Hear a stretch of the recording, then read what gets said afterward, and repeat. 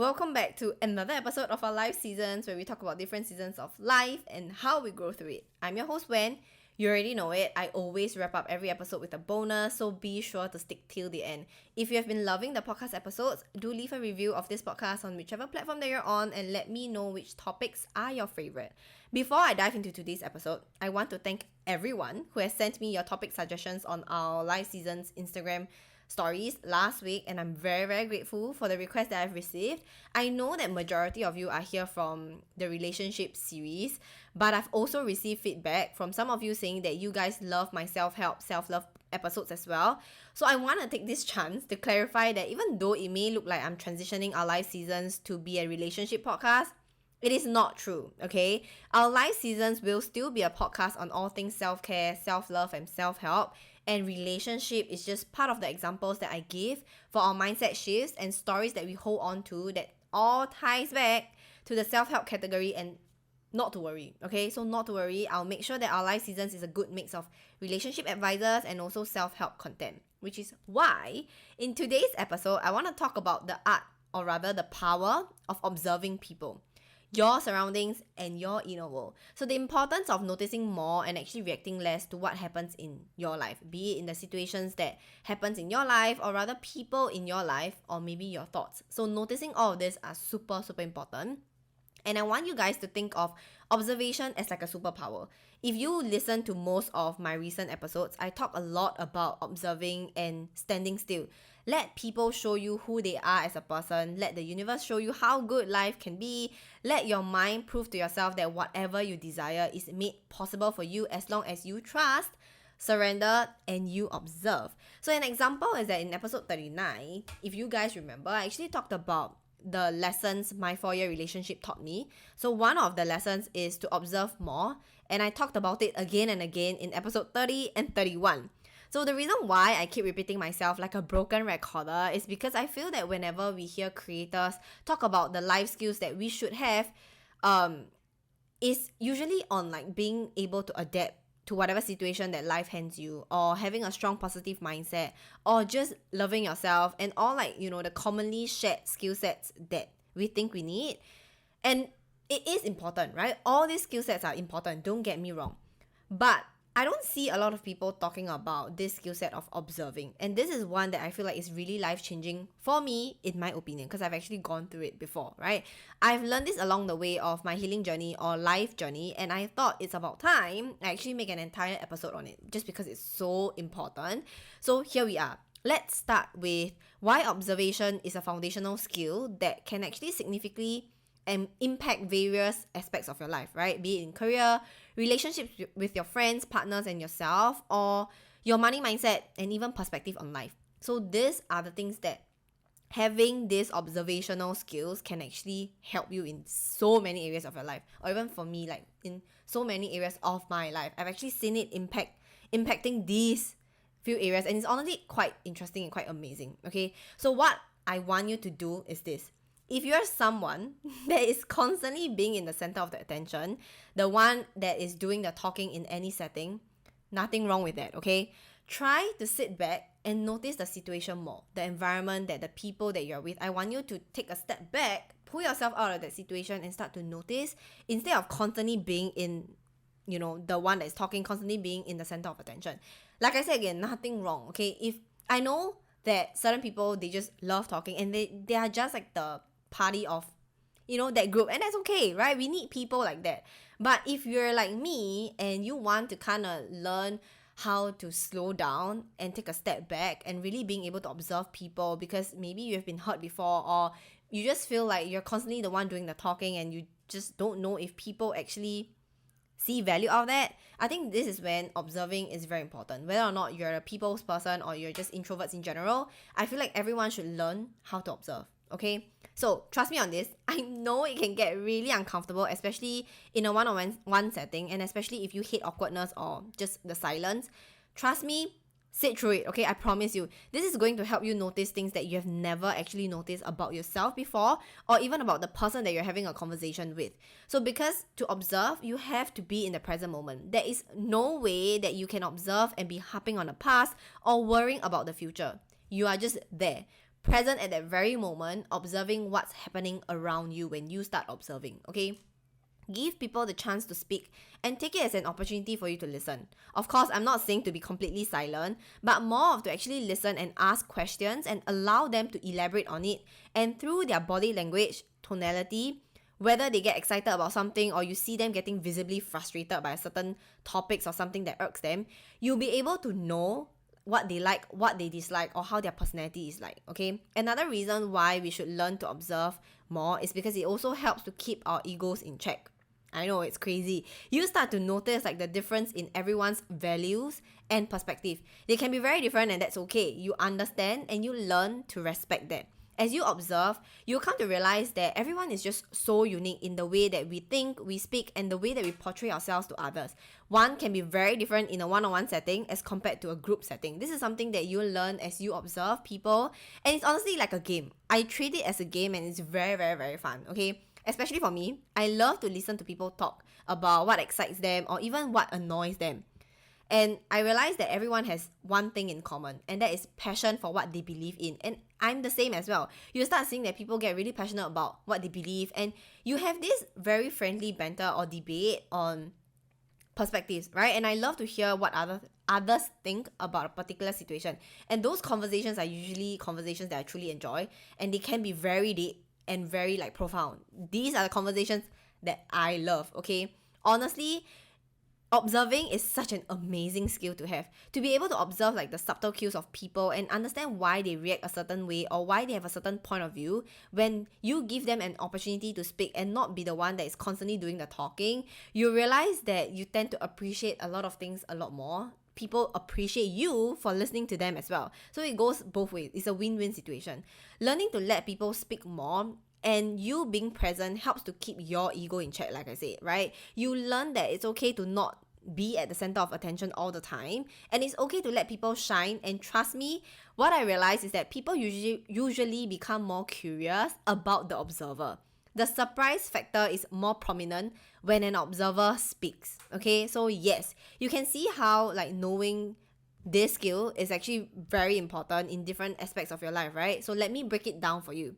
So in the career aspects, by observing, you can identify areas of improvement in processes, communications, or team dynamics. You might notice like a colleague struggling silently with something that they're working on, and you might take an opportunity to either mentor them or to build that relationship with them to actually help them out, right? You might be able to observe trends that can help you stay ahead of the curve and make strategic career decisions. So you can see how it's super important. Number 2, it affects relationships. Strong relationships are actually built on understanding and observing someone's communication styles, needs, and preferences, allow you to understand why they behave a certain way or why they react strongly to certain topics instead of judging them. You also notice like subtle cues like body languages or changes in vibes, which can then help you to understand the situation better and provide support when it's most needed. Okay. Number 3, money mindset. By observing, or rather by becoming an observer of your money mindset and blockages, you can better understand why you make certain financial decisions and why like your money, or rather your finances, has always had this like blockage, right? And you'll be able to work through it. So perhaps to actually also help you set achievable goals and make informed decisions about savings and investing. Last one, perspective on life. We often get caught up in like this daily grind and miss the beauty around us, right? And I realize that this is something that we've been talking about again and again. Actively observing the world with curiosity can spark joy, creativity, and a sense of wonder. So observing how others approach challenges or navigate life situations can actually help you broaden your perspective and open doors to new possibilities, right? You can spark joy while just being observant at how the world is like or how people react to this world. Their perspective on life will change your perspective on life, okay, when you start to observe. So you can see that there are actually 2 key areas of observation. Number 1 is your surroundings, the people and situations. And number 2 is your internal world, your emotions and your thoughts. So let us split it down, okay? Let's start with observing the world around you. I want you to think about what you can learn from observing your surroundings, okay? So we oftentimes rush through life on autopilot, right? Missing the details around us. So when was the last time you actually stopped to appreciate or take in the trees or buildings that are surrounding you, or even consciously stop for a second and take a deep breath of fresh air? When was it? I can bet that it's not recent, okay? I want you to take this chance to notice the details around you. Take the time now to look at the things around you. And those are the things that are often really unnoticed, right? You don't really notice them. Usually these things are, you're so used to them, or rather we are so used to them that we don't even notice them unless or until they're gone. So I want you to take a walk in nature and observe the leaves on the floor, the way the tree swings or sways with the wind. Appreciate the oxygen that the tree releases for you, for us. Breathe with gratitude, okay? Notice the way the sunlight filters through the trees or the sounds of birds singing. Slow down and observe. More importantly, I want you to show gratitude for it. Learn to be a student of your environment. Whether it's your workplace, your neighborhood, your favorite coffee shop, wherever you're at, learn to pay attention to people, routines, and rules. One of the favorite activity for me is to people watch. And I know it sounds a little bit creepy, but I assure you it's not, okay? I just love to sit and listen to the type of conversations that people have over a coffee or meal with no judgments, okay? This is very important. And this helps me to put things into perspective or expand my mind and knowledge of the different situations that people are facing in life. Being more appreciative and empathetic to people, right? And it comes in handy when I face triggers. So by observing how people speak or listening to people's conversation, I'm able to be more appreciative of the current situation that I'm in. And like I mentioned, whenever triggers happen, I think that's when whatever that I've learned through noticing, or rather whatever that I've learned through observing, comes in handy. I would always remember some of the tougher conversations that I've heard, and it immediately helps me to put my ego in place when I'm triggered. Okay, so by observing your surroundings, you become more aware of the world you inhabit and the subtle cues that might otherwise go unnoticed. And I find it really helpful to start by observing people's actions. Okay, learn from actions. We are constantly bombarded with information every single day, but how do we actually truly observe what's happening around us? So you've heard me say this before. Pay attention to people's actions, not just their words. I gain a lot of knowledge of that person's value and personality just by observing their body language, tone of voice, choice of words, how they interact with others, and how they talk about things that triggers them. And I want to preface by saying this, okay? I'm in no way saying that I'm perfect and in any way, shape, or form better than them and that I can judge. No, okay? That's not what I'm saying. There is a difference between observing and judging.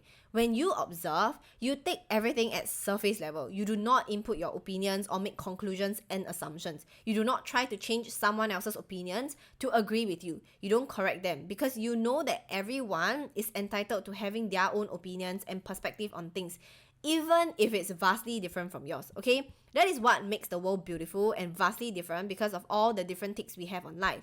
So when you observe, it's important that you have this mindset of it is what it is. And that comes from respect and knowing that everyone has gone through different seasons of their life. And most importantly, I always believe that everyone is trying their best to live the best life that they can with what they have. And this mindset really helps to keep me in check. So I don't judge, simply observe, okay? So back to observing through actions. Imagine this. You're meeting someone new. I want you to notice their posture, their eye contact, and how they interact with their environment.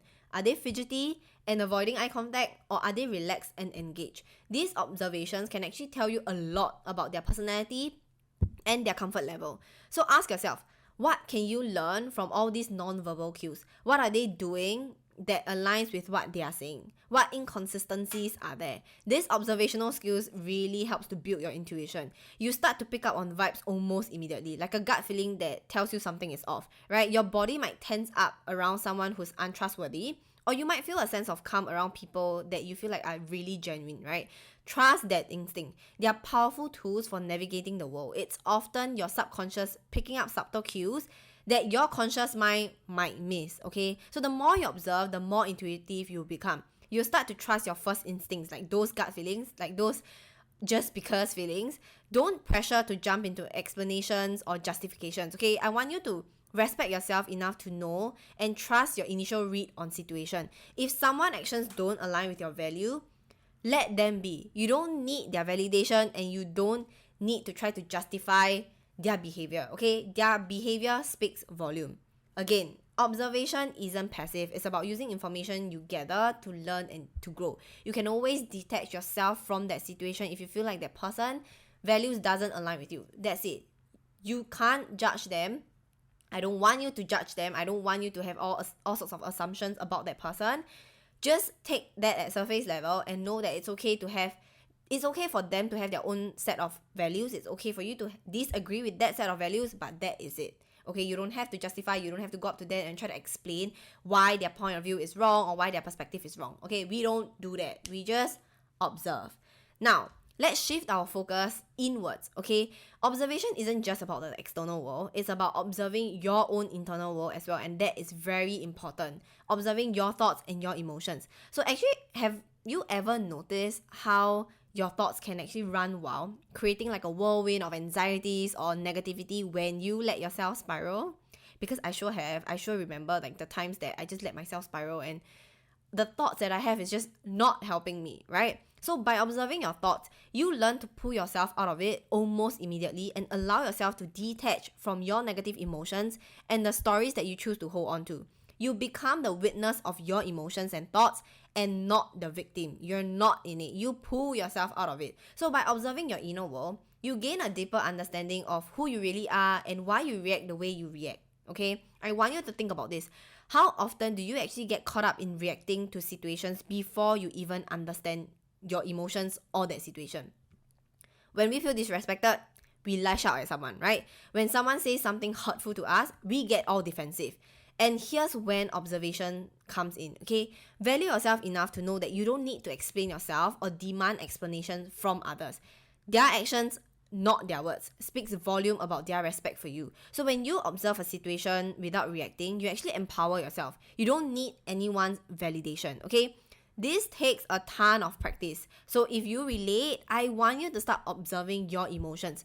Don't judge your emotions. Remember how I said that the key to healing journey is to allow yourself to feel through your emotions in episode 34?